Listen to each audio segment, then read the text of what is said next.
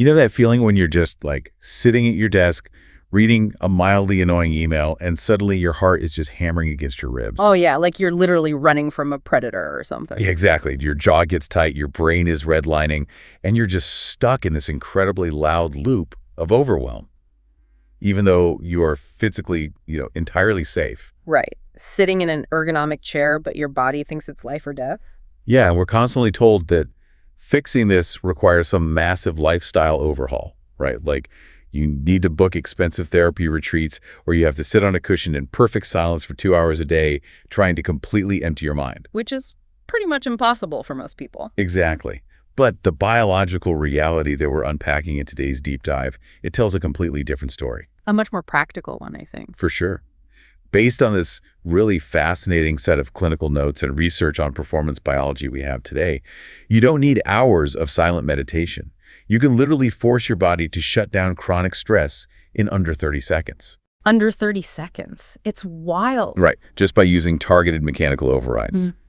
So that's our mission today, to give you the exact biological shortcuts to just hit the brakes on anxiety. Yeah, and I think the problem with the mainstream approach to stress is that it treats anxiety as purely a psychological issue. Like it's something you just have to outthink or meditate your way out of. Change your mindset, right? Exactly, but when you are in that redlining state, your frontal lobe, the rational thinking part of your brain, it's essentially offline. It's just checked out. Totally. You can't outthink a physiological panic response. So our sources today, they focus entirely on the biological hardware because the nervous system doesn't deal in abstract thoughts, it deals in physical signals. Which means if we use very specific physiological biohacking, we can just bypass the psychology altogether. Right. We go straight to the hardware and flip the switch from the bottom up. So we need to start by looking at what that hardware actually is. Because if we're going to biohack the stress response, we have to, map the anatomy of the trap we're caught in. Makes sense. Let's move from abstract anxiety to concrete anatomy. Right. So when we talk about feeling that constant pressure, the biology here points to being stuck in a sympathetic nervous system state. Yeah, which most people just know as fight or flight. And, it evolved as a brilliant survival mechanism. If you're being chased, you absolutely want your sympathetic nervous system to dump adrenaline and cortisol into your bloodstream. You need that energy. Exactly. You want your heart rate to spike, so blood pumps to your arms and legs. You want your pupils to dilate. But, and this is the key, the body was designed to be in that state for maybe 10 minutes, maximum. Just long enough to run away. Right. But when modern life, like deadlines, traffic, endless notifications, when that triggers the state chronically, it absolutely wreaks havoc on your system. It's basically running the engine hot all day. Yeah. And chronic cortisol elevation doesn't just make you feel anxious. It's highly taxing. It accelerates cellular aging, it suppresses your immune function, and it forces your resting heart rate to stay dangerously high. Wow. So you are essentially burning through your cellular resources while just sitting completely still in an office chair. Exactly. You're exhausted, but you haven't physically done anything. Okay, so the core of our deep dive today relies on the biological antidote to that exact state, which the sources identify as the vagus nerve. The star of the show. Truly. And I want to spend a minute on this because the anatomy of it is just wild. It's cranial nerve 10. The longest cranial nerve in the human body. Yeah, the word vagus actually means wandering in Latin. Which makes perfect sense when you see its path, right? Because it emerges from the brainstem, travels all the way down through the neck into the chest, wrapping around the heart and the lungs. Touches pretty much everything. It really does. And then it continues all the way down into the abdomen, actually touching the stomach and the intestines. And that physical route is the exact reason you feel anxiety as like a tight chest or a pit in your stomach. The brain and the body are constantly communicating in both directions along that nerve. It's a two-way street. Exactly. The vagus nerve acts as the primary command center for the parasympathetic nervous system, which is the exact opposite of fight or flight. It's the rest and digest network. Rest and digest. I love that. Yeah, and when you stimulate the vagus nerve, it literally commands the body to lower the resting heart rate, decrease systemic inflammation, and return to a state of just profound metabolic balance. Okay, let's unpack this sports car analogy the sources use, because it really helps visualize the mechanics of what you're talking about. It's a great analogy, yeah. So they describe the human nervous system as a world-class, high-performance sports car. The sympathetic nervous system, that fight or flight response, is the gas pedal. Right. And because you're dealing with daily pressures, you're essentially pressing that gas pedal to the floor all day, revving the engine, burning huge amounts of fuel. It's just burning out the engine. Exactly. And the vagus nerve is the elite heavy-duty braking system of that car. Yeah. But I'm getting hung up on the mechanics of this a little bit. Okay, how so? Well, if chronic stress is the gas pedal, does it mean my foot is permanently glued to the gas, or did the brakes actually fail?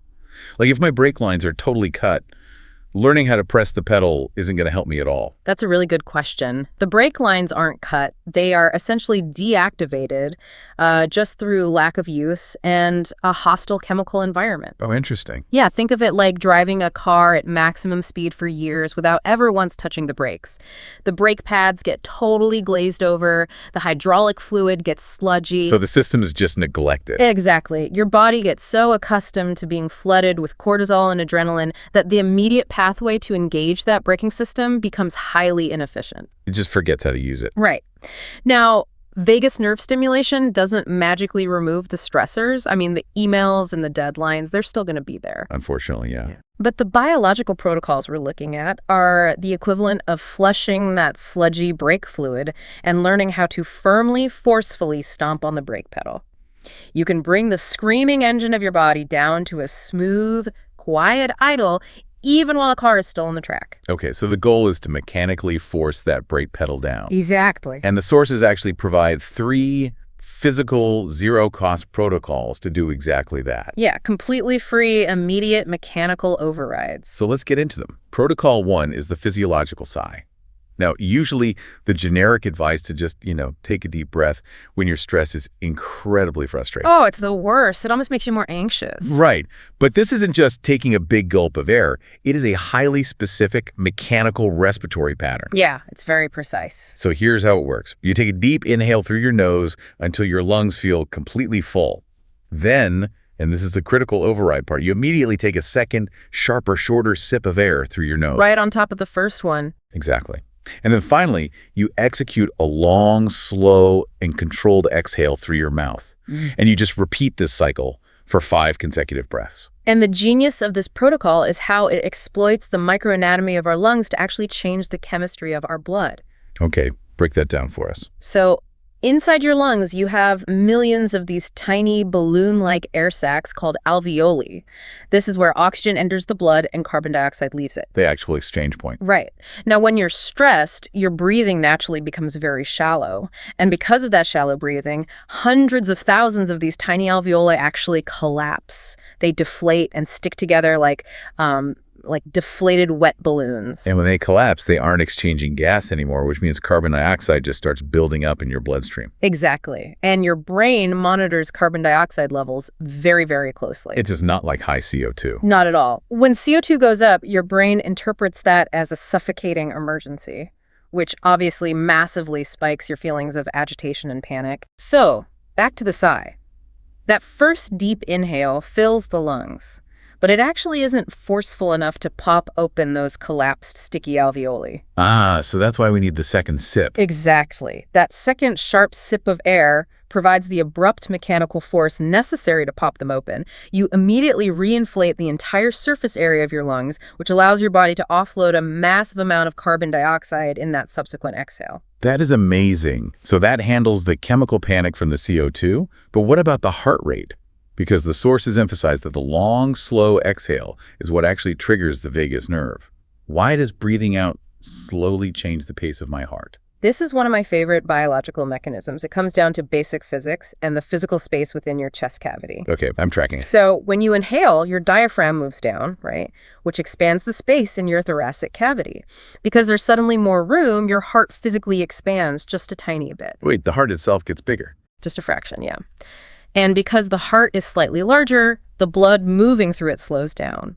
The brain detects this slower blood flow and says, hey, we aren't pumping fast enough. So it sends a signal to speed the heart up. That all happens on the inhale. Oh, wow. So inhaling actually increases your heart rate momentarily. It does, but the exhale does the exact opposite. When you execute a long, slow exhale, your diaphragm moves up. The space in your chest cavity shrinks. Which means the heart gets squeezed a little. Exactly. Your heart physically becomes slightly smaller, and the blood is ejected through it more quickly. There's a cluster of cells in the heart called the sinoatrial node that detects this faster blood flow and alerts the brain. And how does the brain react to that? The brain responds by sending a signal straight down the vagus nerve to release a neurotransmitter called acetylcholine directly onto the heart, which forcefully slows the pulse down. Wow. Yeah. So by intentionally extending the exhale, you are literally hijacking the pressure sensors in your heart to trigger the vagus nerve's chemical braking system. That is just 5 breaths to manipulate thoracic pressure and chemically hack your heart rate. That is remarkable. And it's incredibly powerful. But let's look at the limitations here, because the physiological sigh requires breath control.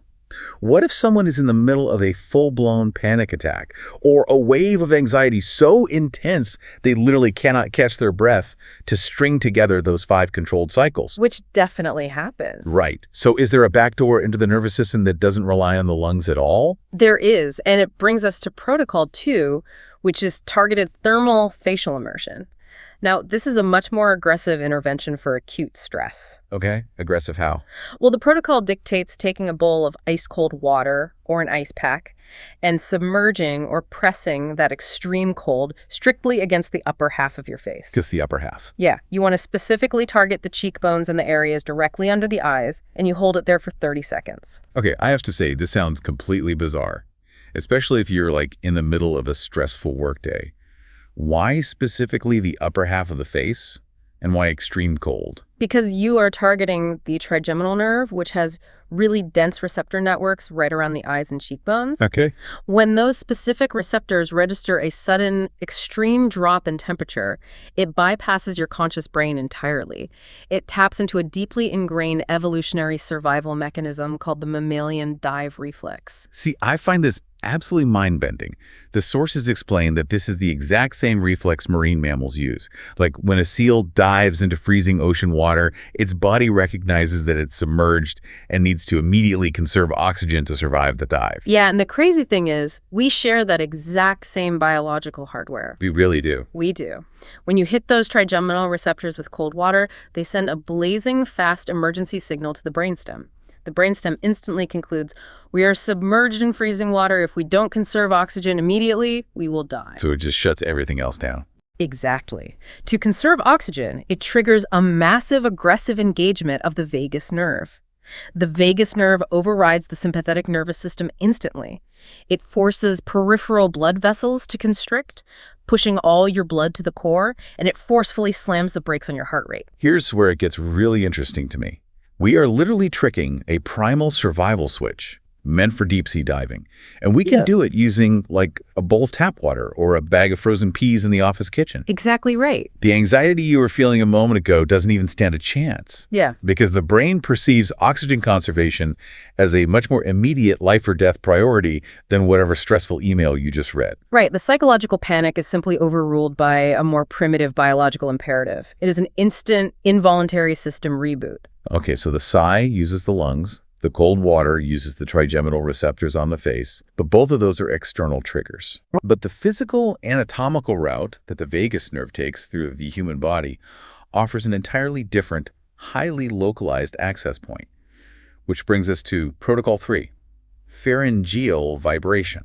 Yeah, this one is fascinating. So as we mapped out earlier, the vagus nerve wanders down from the brainstem and passes right through the back of your throat. Right in the neck. Yeah, and crucially, it has branches that connect directly to your vocal cords. This anatomical reality means you have direct access to physically massage this nerve from the inside out. Massage a nerve. That just sounds crazy, but it works. It does. The protocol suggests spending 1 to 2 full minutes creating intense mechanical vibration in the back of the throat.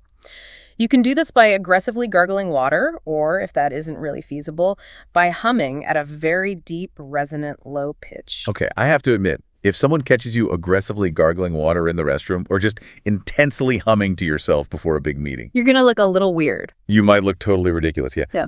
But the science behind why it works is undeniable. It really is.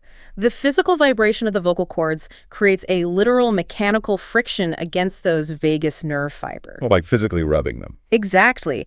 And this constant rhythmic stimulation sends a powerful acoustic and mechanical signal straight up the nerve highway into the brainstem. The brain processes that specific low-frequency vibration as an absolute indicator of safety. Oh, like a cat purring. That's a perfect example. It's a biological sound of comfort. By intentionally creating that vibration, you are forcing the brain to recognize that the environment is secure. So what does this all mean for daily life? Because it really grounds this abstract idea of stress into an incredibly mechanical equation. Very mechanical, yes. Actually, let's tie this all together by looking at the exact clinical vocabulary from the sources, because it strips away all the mystery of anxiety. Let's do it. When we vibrate those vocal cords or change our breathing, we are sending an impulse along the vagus nerve, right? Which acts as the main communication fiber within our whole nervous system. Exactly. And because that system is highly reactive, providing that physical trigger initiates a measurable relaxation response throughout the entire biological organism. Right, and it's not just a feeling of being relaxed. You can literally track your pulse decelerating as the vagus nerve does its work. You can see it on a heart monitor. And as that pulse drops and blood flow normalizes, the surrounding physical tissues, like your jaw and your shoulders, actively relax. They lose that rigid defensive tension. Which then sends a secondary signal right back to the brain. The brain notices the slower pulse and the relaxed tissues, and it concludes, our body is calm, therefore there must not be a threat. Wow. It is a positive feedback loop of profound safety, initiated entirely by your own mechanical input. Which really brings us to the ultimate synthesis of our source material today. The grand takeaway here is a radical shift in how we view mental fortitude and stress management. It really changes the paradigm. Because the goal of a well-lived life is not to curate a perfectly stress-free existence. Attempting to avoid all stress is impossible. The emails, the traffic, the conflict, they're always going to be there. Right. Elite human performance is not about immunity to stress. The clinical notes are very clear on this. True resilience is entirely about recovery time. Recovery time. Yes. It's about mastering these specific biological tools, the physiological sigh, the thermal immersion, the vocal vibration, so that when the stressor inevitably hits and spikes your heart rate, you possess the mechanical ability to return your body to a baseline of peace as swiftly as possible. You aren't just at the mercy of it. Exactly. You are no longer waiting for the environment to calm down so that you can calm down. You dictate the state of your nervous system. It takes you from being a victim of a runaway brain to being the driver of the car, with your foot resting confidently on the brake pedal. It's an incredibly empowering framework. It really is. But looking at all the biology we've covered today, it leaves you with a really provocative question to mull over. We've just spent this entire deep dive learning how specific, intentional physical actions like a double inhale or cold water on the eyes or deep humming can instantly trick the brain into feeling profound safety by stimulating the vagus nerve. Right. The body is clearly holding the steering wheel. So if our physical flesh has that much immediate authority over our brain's stress levels, what unconscious physical habits are we engaging in every single day that are accidentally sending the exact opposite signal? Yeah, that is the crucial blind spot for most people. I mean, if a deep hum signals safety, what is the brain interpreting when we spend 8 hours a day hunched over a keyboard? Taking shallow, invisible little breaths. With our jaws clamped shut and our shoulders up by our ears, are we accidentally sending a constant false signal of danger right back up the vagus nerve? Almost certainly, yes. We might be keeping that engine screaming all day long without even realizing our own posture is the foot resting on the gas pedal. It's definitely something to think about the next time you sit down at your desk. Thank you so much for joining us on this deep dive. Take a deep breath, and we will catch you next time.